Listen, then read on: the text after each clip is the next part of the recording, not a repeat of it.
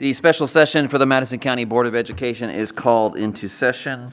I normally get someone to do this, so I'm going to... Sherry, would you mind leading us in prayer? Sorry. Let's see. Our Father, Lord, we just thank you and praise you, Father, that you are God, and Lord, that we can be your children. Father, we pray for wisdom and discernment. And Father, we pray for our teachers and our students, Lord, that you'd help them to finish strong and keep us safe and healthy and under your protection. And we ask this in Jesus' name. Amen. Amen. Thank you. I recommend approval of the agenda dated March 4th, 2021. Motion. Second. I have a motion and a second for the recommendation of approval of the agenda dated March 4th, 2021. Any discussion? If there is none, all those in favor say aye. Aye. Aye. Aye. Aye. Informational items, code of conduct updates. Mr. Traywick?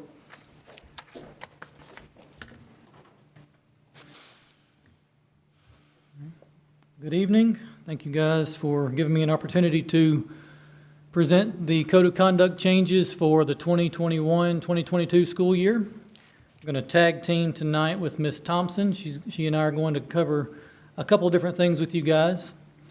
Hopefully you guys had an opportunity to review this presentation ahead of time, but I've put a couple extra notes in here just to kind of give us some talking points here tonight. So the way I've laid the presentation out is kind of from start to finish with the current code of conduct. And so this is on page 9. This is actually would go on page 9 of the new code of conduct. Student driving privileges. This section here is actually not listed in the code of conduct at all. And so I would propose adding the student driving privileges, which is actually policy 6.23 to the code of conduct. And what I've got highlighted there in yellow is actually an amendment to policy 6.23, which would be specifically adding a section there talking about flags waving from vehicles of student drivers while they're on campus. That was a consistent concern across all high school campuses this school year, and what we would like to do is propose, just basically outlawing or banning flags, large flags, from waving or flying from a vehicle as they're driving across campus. It's clearly a distraction to student drivers and obviously a safety concern.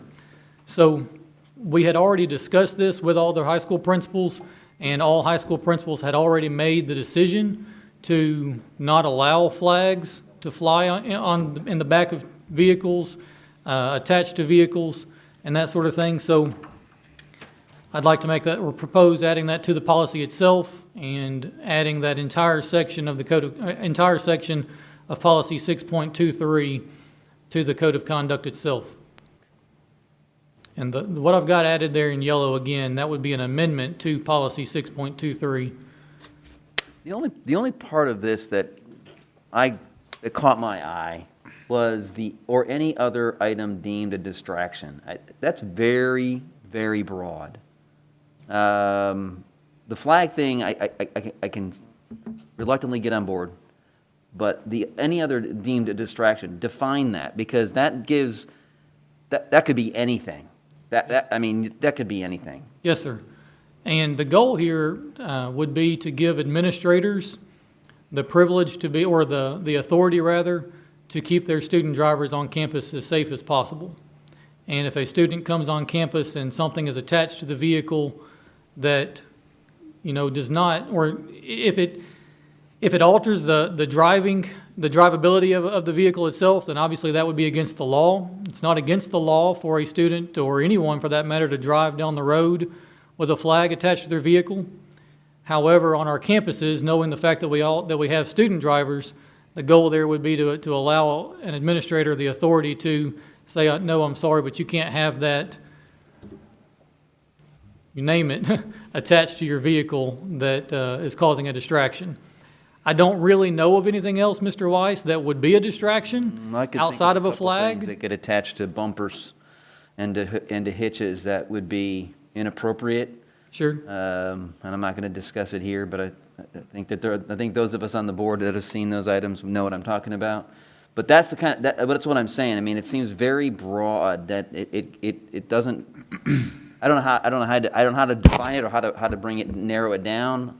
The flag thing, like I said, I can reluctantly get on board with that, but the rest of it, James, seems very broad and is open to interpretation. What the principal of Buckhorn High School may think is inappropriate, the principal at Sparkman may not, and then you run into that problem. Ultimately, it would come down to what is considered a safety concern in terms of a student driver on campus. So while one item may not be considered appropriate or inappropriate on one campus, all items, or one item that is considered a safety concern or a safety hazard, that should be fairly consistent across all campuses, should be. But we have other policies, though, Mr. Weiss, that are fairly broad, left up to the interpretation of the administrator on campus, intentionally to protect our students and to protect our schools. Yeah, I'm not questioning the policy, I'm just trying to make sure that we're not leaving it too open. That's what's. You don't want to get in a situation where a student says, well, I'm flying this, something that has something on it that's inappropriate, but it's not a flag. You know, so I think that's the goal, making it broad enough to give the principals the authority. Which would be similar to some of the discretion that's given to principals in the dress code policy, I think. Right. That's right.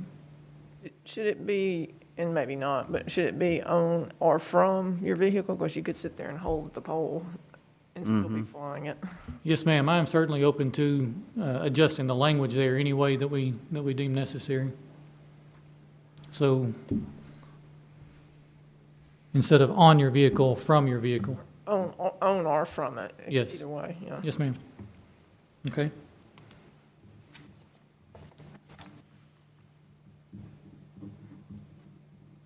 All right, any other questions or concerns about that proposed change there?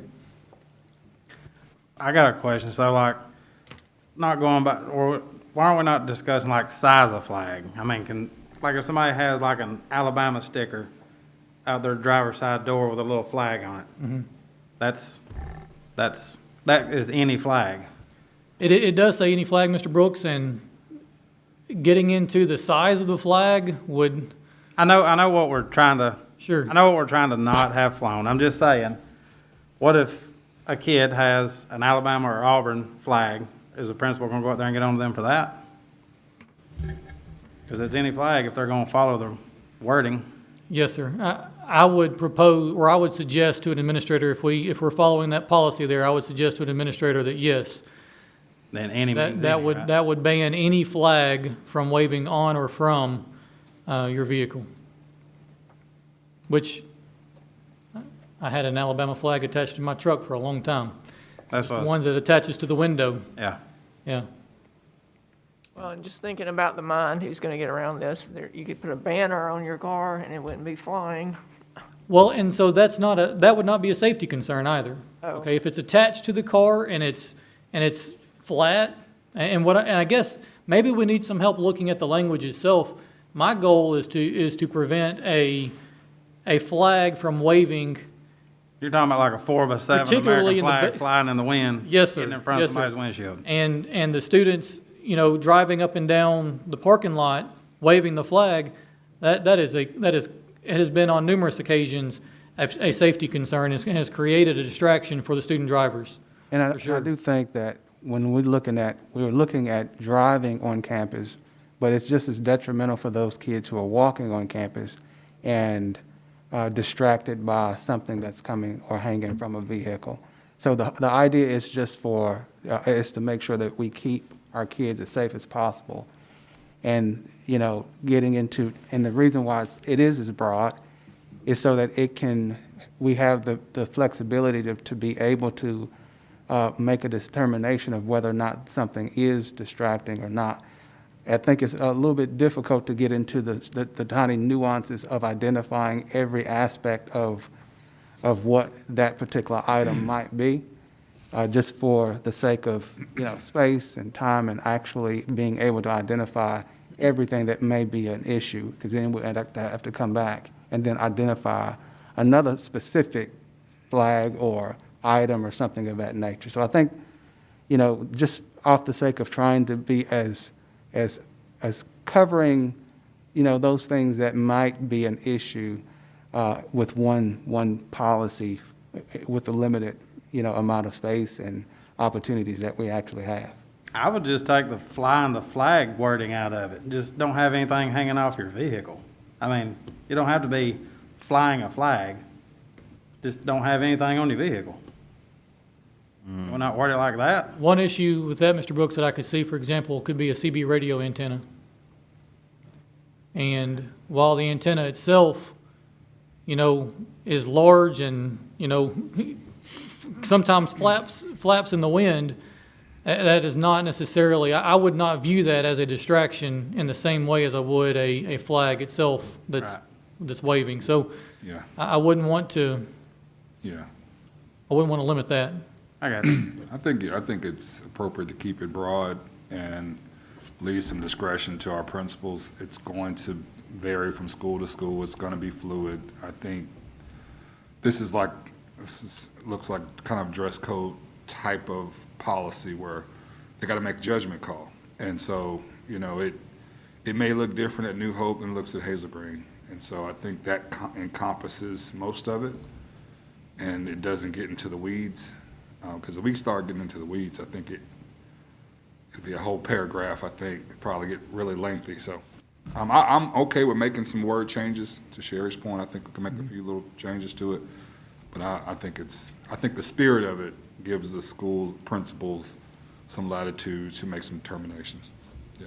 Is this a preventative change or is this a reactionary change? Have we had problems? Have we had an issue or issues on campus where I'm just asking. I'm not aware of any issues that have caused an accident, but I'm aware of issues that could have potentially caused an accident. And so I guess I'd say that that's a little bit of both. Well, I have one other question. Are we trying to prevent one particular southern symbol, or is this not? No, ma'am. Okay, No, not here. this would be relevant to all flags. Okay. And to Mr. Brooks' point, Alabama or Auburn flags, more particularly Auburn, but I'm sorry. Any other questions about this one here? All right. I will make a note and get that updated to you guys for the next board meeting on the changes to the language there. All right. Moving on to page 11 of the Code of Conduct, particularly with the student dress code policy.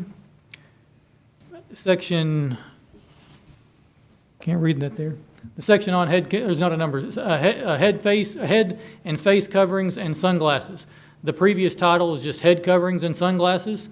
Obviously, for, I guess, to kind of go along, Mr. Weiss, your question there, more of a reactive type response here would be adding face coverings, including but not limited to face masks, neck gaiters, or any other face covering intended for the sole purpose of practicing safe hygiene must be compliant with the dress code policy as it relates to students' appearance, so on and so forth. So in the very beginning of the dress code, the second bullet in the dress code policy, it outlines that a student's appearance that draws excessive or unnecessary attention to the extent that it is disruptive, potentially disruptive, or suggestive of disruption or violence is not allowed. So, in other words, the face coverings, face masks, that sort of thing, if they're being worn, they have to be used and worn for the sole purpose of personal hygiene, and they have to abide by that particular caveat there of the student dress code policy saying that it cannot be disruptive or suggestively disruptive, that sort of thing. I assume that same wording is in other areas when we're referring to things like T-shirts or Yes, ma'am. sweatshirts? Okay. Yes, ma'am.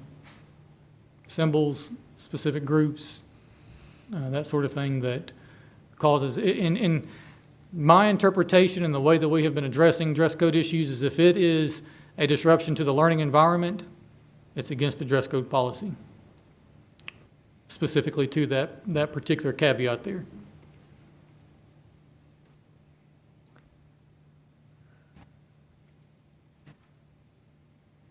Any questions or concerns about that one?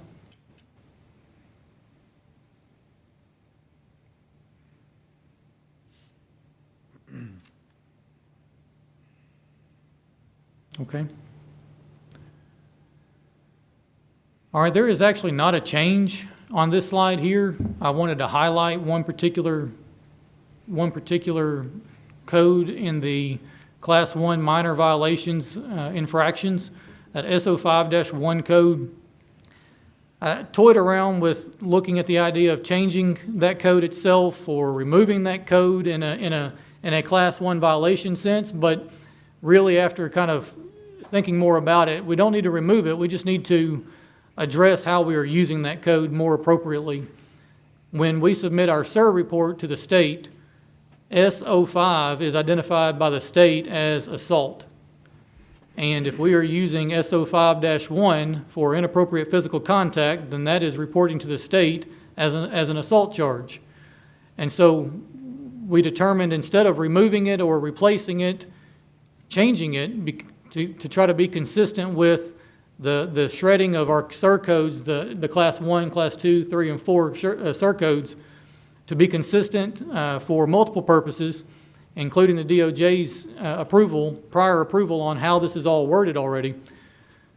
I just need to do a better job of educating our administrators on how we're going to use that code, when to use it versus when to use a local infraction code, because we have the local code there as an LO5-1. So I left that on there just as a point of reference for you guys. If for some reason you view our SIR report and you see an abnormal amount of assault charges, we have not had that many assault charges across the district. That is definitely going to be remedied this year. The data for 1920 was slightly higher than expected, but for 2021 it will be significantly lower, simply due to the decreased discipline issues that we've had on campuses this year. So my goal would be to try to keep that reflective of a more accurate account of instances of assault. So what's an example of a situation that would be classified? Let's say, for example, that you and I are in kindergarten and I come up to you and I give you a hug that you don't want. Well, in my opinion, that would be and it's a situation that happens repeatedly, right? That should be coded if it gets to the point to where an administrator needs to document that type of occurrence. It should be used as a local code first, and then provide a disposition as verbal reprimand, withdrawal of privileges, meaning sitting them out or that sort of thing.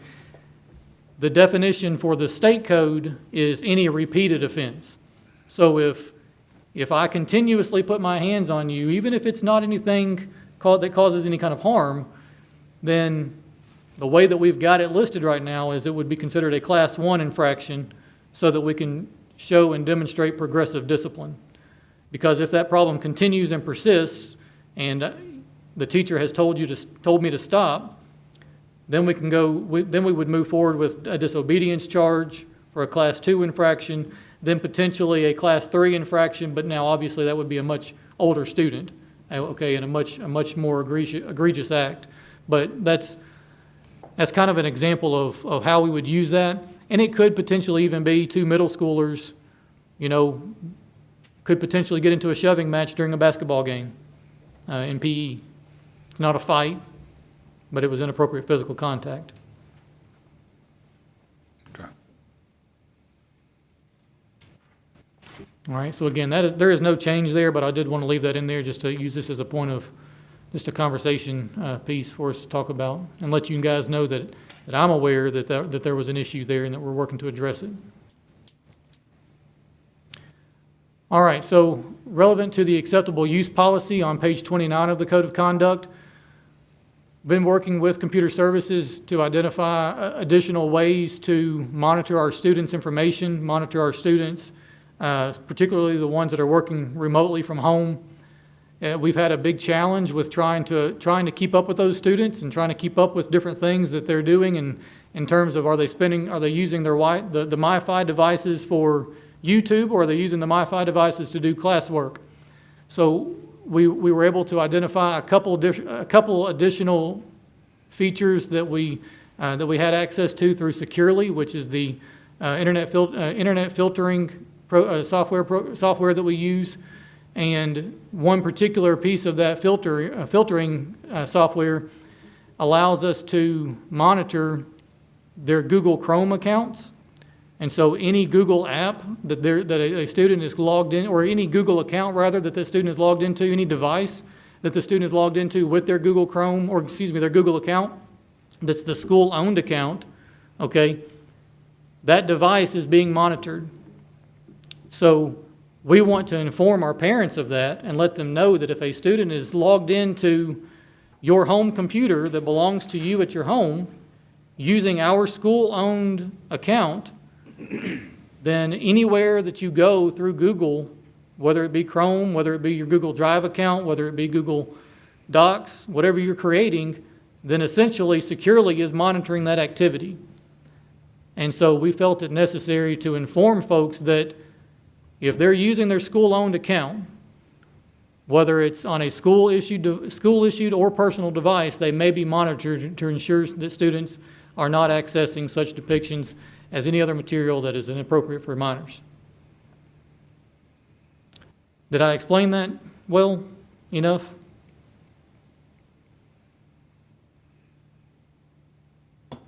Okay. Any questions about that one? And I did consult with Mark Wilson, consulted with Nikki Rodman. We worked together on the language there to make sure that that was an accurate depiction of how we're using securely, and making sure also that we are informing parents appropriately. All right.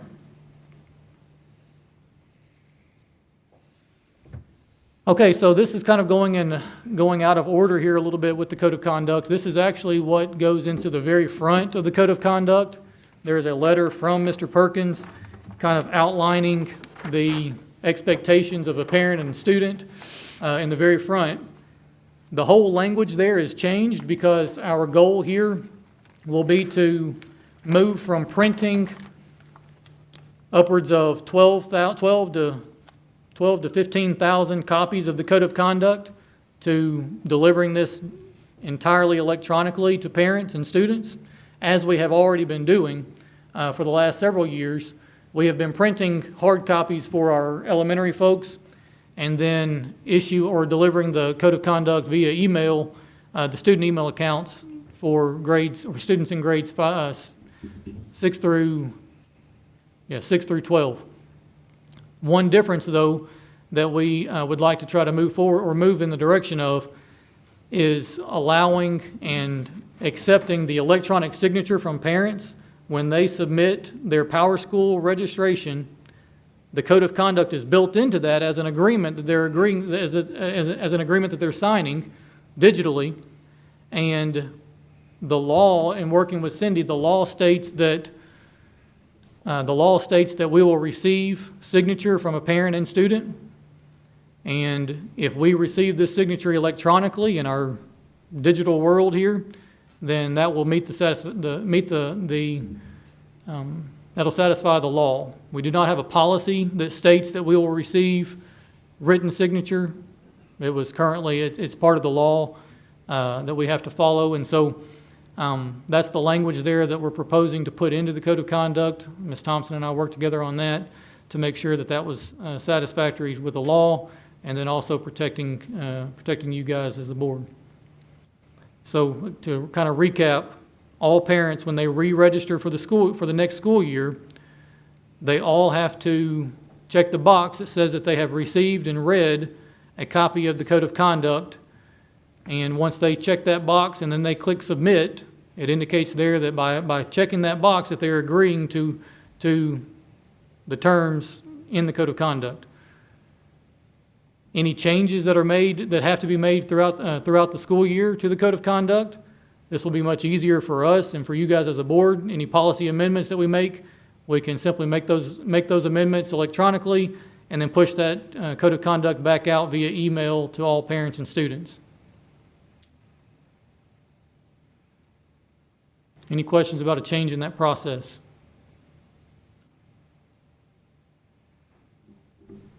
This is something that our neighboring districts have been doing for a couple of years now, and so this will just help us to kind of streamline the process for them, for our parents, and for us as a district, and it'll save us a little bit of money too by not having to print so many copies of the Code of Conduct. So they'll get a link to go through the enrollment process, and at that point, they'll get access to download the Code of Conduct. Correct.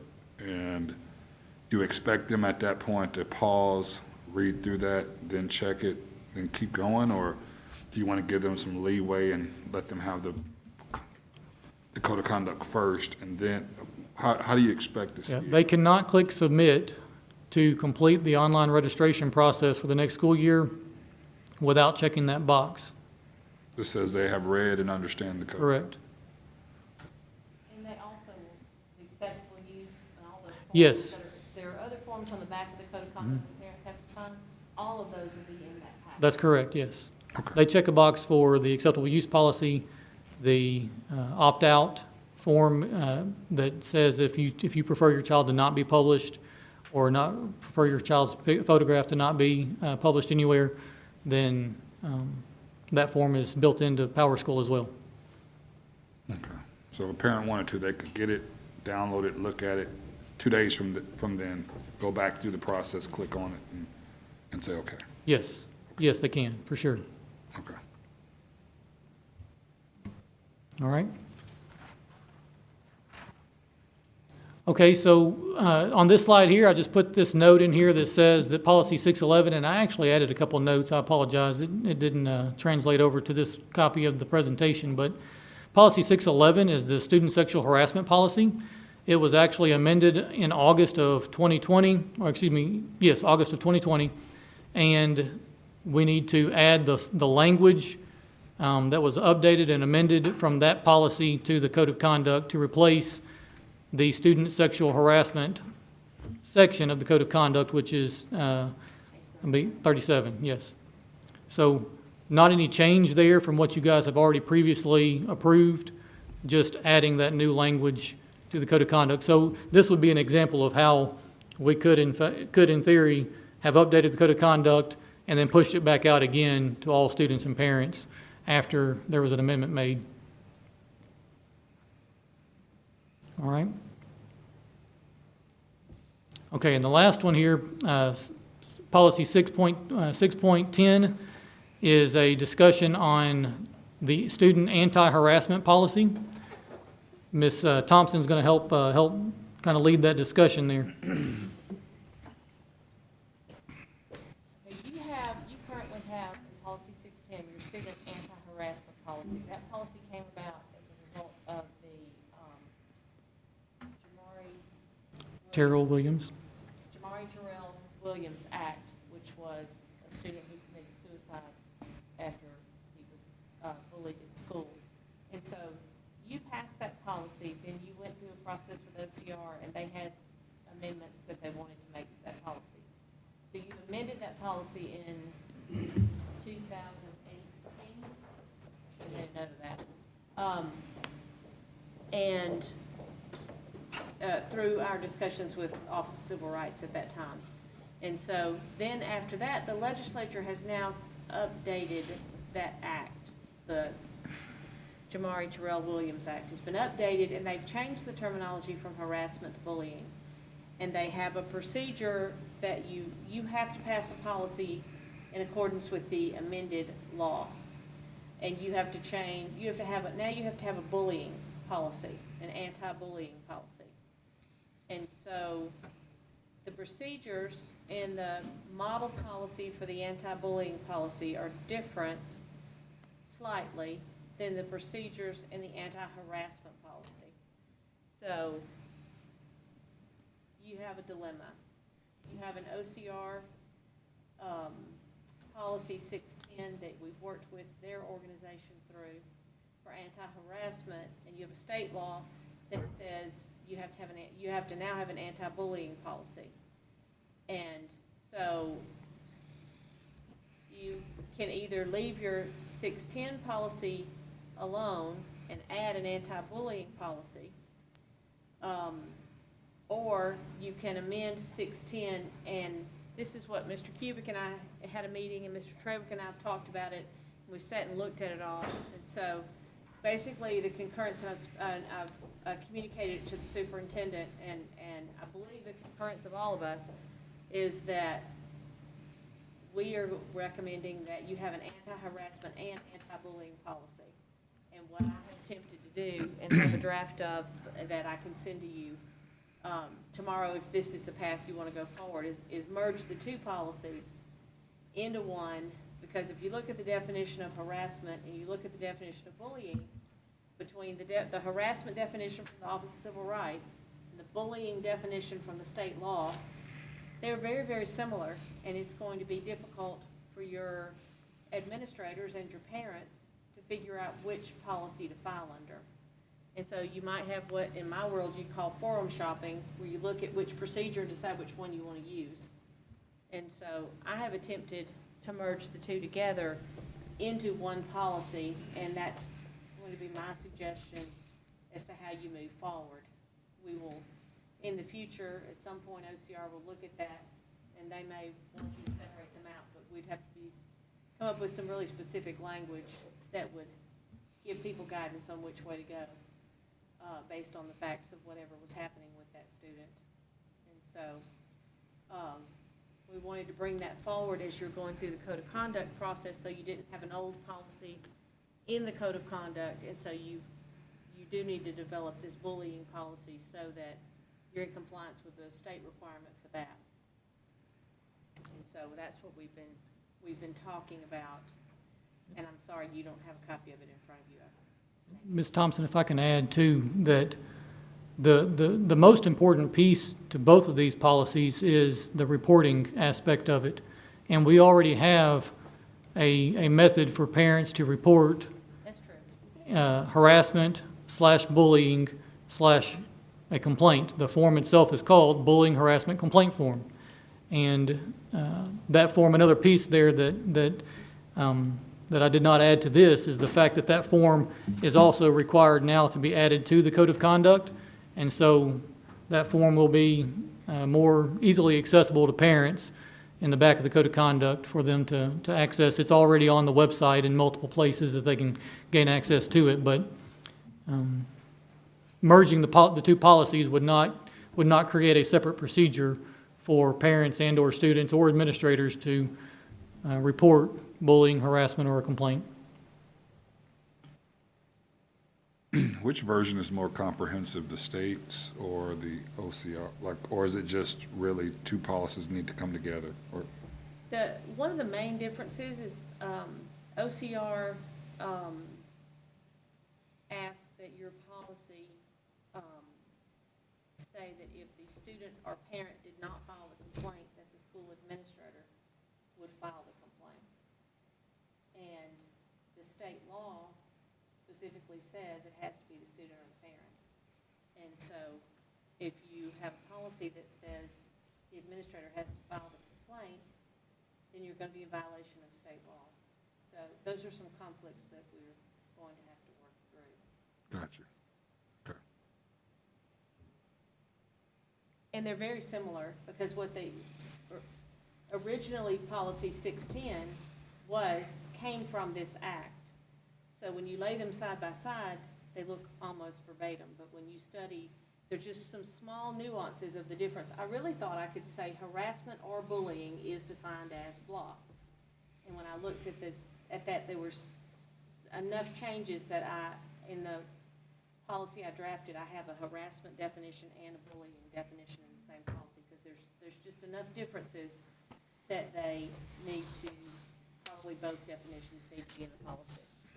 Gotcha. But it's the same procedure, whichever way you define what happened. Okay.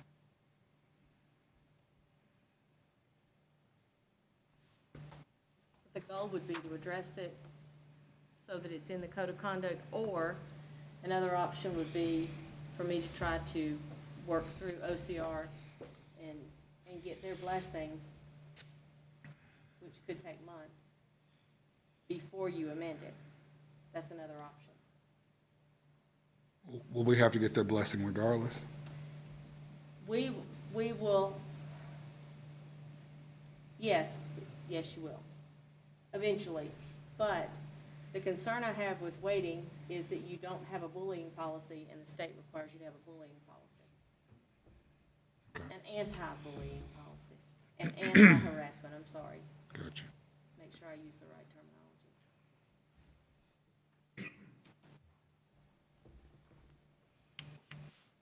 terminology. Any additional questions for Cynthia? No.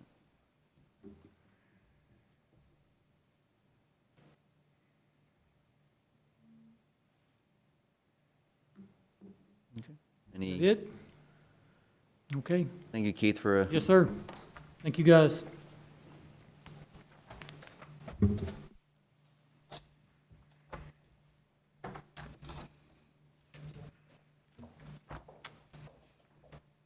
All right, discussion of the Esea prohibition on aiding and abetting sexual abuse. Mr. Cubic? Good evening, sir, board members.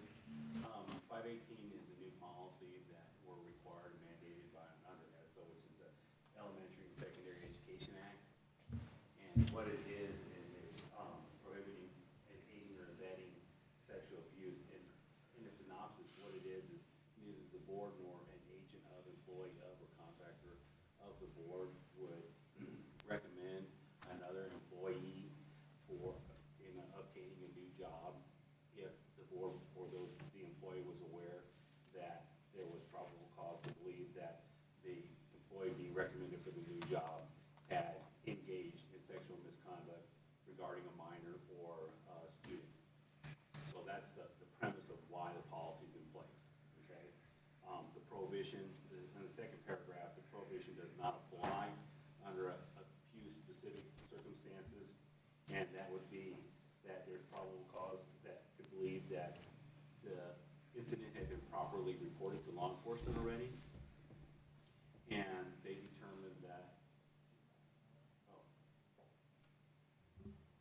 Thanks.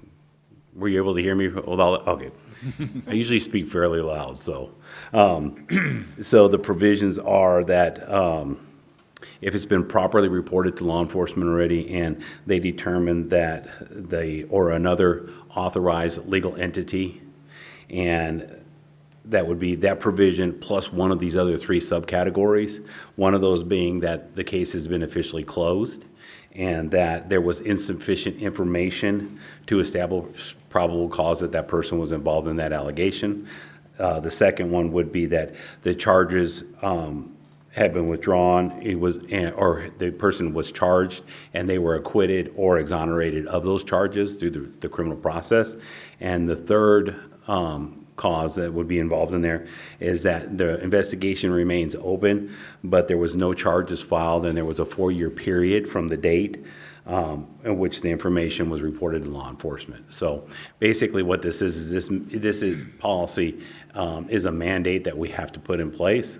And I just want to give you kind of a premise of what this policy was about. It's pretty much just saying that if we're, in a synopsis, if we're aware somebody's involved with sexual misconduct with a child or in violation of with a child in some type of sexual manner, that we're not going to help them get a position with somebody else.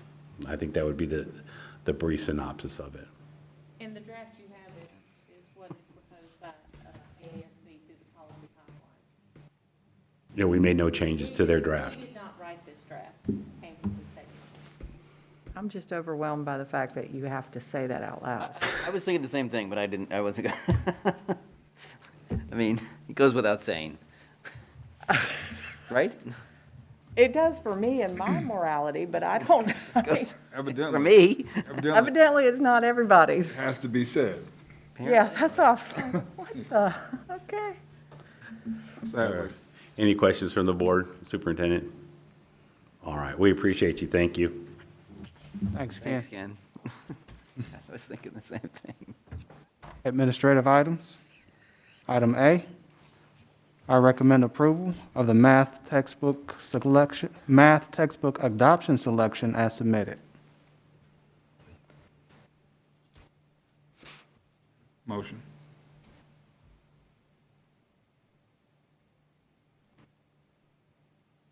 Second. I have a motion and a second for the recommendation of approval of the math textbooks adoption selections as submitted. Is there any discussion or any questions from Mr. Perkins? Was this difficult or just not? Ms. Fisher, did you want to kind of give a little idea of which book and the process? Thank you.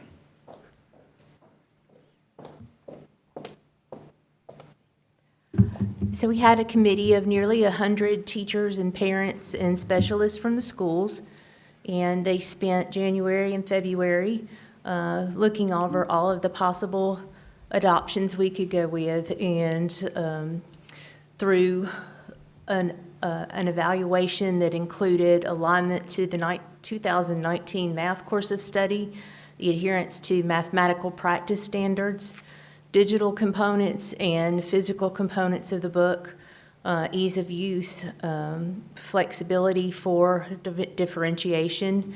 There was consensus towards using Savvis, which is formerly Pearson, across all grade levels with the exception of AP and mathematical modeling courses, and there is no state recommendation for those courses. They sought the advice of A+ College Ready in what textbooks we could consider for meeting the needs of AP Calculus and AP Statistics. And our high school committee evaluated the resources that would be available outside the state adoption for those AP courses. And they identified BFW as the publisher with 2 different titles for those books as the most appropriate textbooks to support their work there. And from what I understand, it's the first time that they have come to consensus across all of the grade levels on a product. That had a lot to do with the parents who were on our committee. They gave us a lot of feedback that they appreciated some consistency. It created hardship on the learning for their students and for the parents that were trying to provide support as they tried to learn a new approach or a textbook with each of those. They also took into consideration national reviews of the materials, and they looked very carefully at the state textbook committee's recommendations and their rating of those 4 areas with adherence to the course of study, mathematical practices, digital resources, and physical resources. Can I answer any questions? I do want to just simply say that generally in a regular school year, when you're adopting a textbook, there are actual physical meetings. They go to an actual physical building. They actually have presenters and things of that nature. And I just want to say that Ms. Fisher did a masterful job of creating a digital platform whereby our teachers and our parents and our community members could actually go in. And I'm gonna dare say that it was better than actually being there. She had so much information, created a website, created so many different mechanisms to actually be able to evaluate the textbook. I just want to just say she did a fantastic job, and thank you very much, Ms. Fisher, for a job extremely, extremely well done. I don't think I've ever seen it done as well as she's put it together. It's fantastic. My pleasure. Thank you. Thank you. Any other questions? Comments? If there are none, all those in favor, say aye. Aye. Aye. Aye. Aye. Item B, I recommend approval of the contracts for services as submitted. Motion. Second. I have a motion and a second for the recommendation of approval of contracts for services as submitted. Any discussion or questions? I think Karen is online.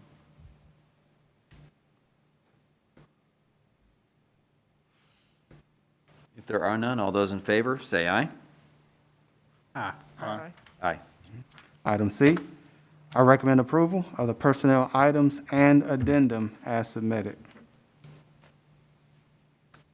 Motion. Second. I have a motion and a second for the recommendation of approval of the following personnel items and addendum as submitted. Any additional questions for Ken?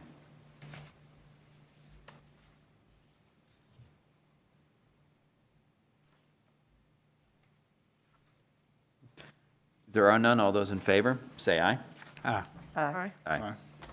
Item D, I recommend approval of the supplemental contracts and the discontinued contract as submitted. Motion. Whoa, I'm sorry. Approval of Did I miss something here? Very last one. Yeah, okay, never mind. I'm sorry. All right. I have a motion and a second? Ms. Rucker, Okay. your second one. Seconded? Oh, that's fine. I thought I motioned, but that's good. I'm sorry. I got lost in the shuffle here. Ms. Rucker, you moved, correct? She did, and then Angie, Miss Bates seconded it. Okay, thank you. Okay, so I recommend approval of supplements as submitted.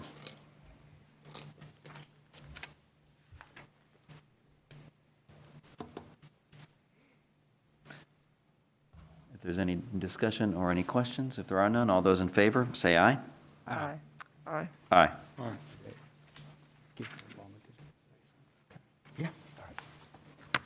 I did want to take an opportunity to congratulate the Hazel Green girls basketball team. They just won yesterday the 6A championship, and they didn't just win it. This is the fourth time in a row that they actually won it. So I was able to go down and watch the game and be a part of that, and they did a fantastic job. So I just want to congratulate them on a job well done. But I also want to congratulate Sparkman Middle School for becoming a national PLC model school. That is something they're the second one in our district, not Meridianville, sorry about that. Moore's Mill Intermediate was first, Sparkman Middle, and they have done a tremendous job. That is not something that's an easy task. They've put in a lot of work, a lot of time, a lot of effort, and putting students first in a collaborative environment. So there are very few schools in the country that have them because of the level of commitment that's involved in it. So wanted to congratulate them as well, Ms. Witt and her staff, for doing such a fantastic job. So we had two celebrations, Hazel Green Girls and then Sparkman Middle School. So I did want to get that and put that out there. Yeah. Congratulations to both, and that was awesome. I saw that last night in the news and went, oh my gosh, 4 times. It's becoming a broken record almost. A good broken record. Absolutely. Did they lose a lot of players last year after last? No. Yeah, I mean, that's essentially, they did lose some, Yeah. but this is a new cast of characters as well. So they got a lot of new players, new faces on this team. So it's really, really solid team. Good. And it speaks to the coaching staff, the ability to keep reloading and retooling those young ladies. And those young ladies, their passion and energy, I think since I've been on the school board, Hazel Green has won something every year, I believe. And probably before I was on the school board. I just didn't know the culture of excellence was just that strong. And so it's refreshing to see academically and athletically at Hazel Green. It's really, really awesome. So Good. Well, congratulations. Anything else? Nope, we're good. Before we move into executive session, and you've brought the certificate? I have a certification Okay. eminently likely if the board chooses a particular course of action. Okay. Before we do that, I'll just go around the board table, if there's anything else for the good of the board, good of the school system. We've already let Nathan gloat, so. Brian, anything? No, just congratulations. I'll let Nathan have his day. Sherry, you have anything? Well, just coming up next week and the next week, Sparkman will put on their first musical at Sparkman High School in the new auditorium, so it should be something. And that to is see. Beauty and the Beast, right? Beauty and the Beast, yeah, oh, that'd be really good. yeah. Yep. All right. Well, thank you all very much for being here this evening. I need a motion. We are going to adjourn into executive session. I don't believe there's anything that we're going to be discussing that will require us to come back in here and vote. The only thing we will do is reconvene to adjourn the overall meeting. At this time, you're welcome to stay if you really want to come back in here and watch us adjourn. I am not going to stop you from that. But I do need a motion and a second to take us into executive session at this time. Motion. Second. I have a motion and a second to adjourn into executive session. We'll come back in here in about 6:30, give everybody an opportunity to take a break, and then we'll reconvene in here for the executive session at 6:30. All those in favor, say aye. Aye. Aye. We are adjourned. All right.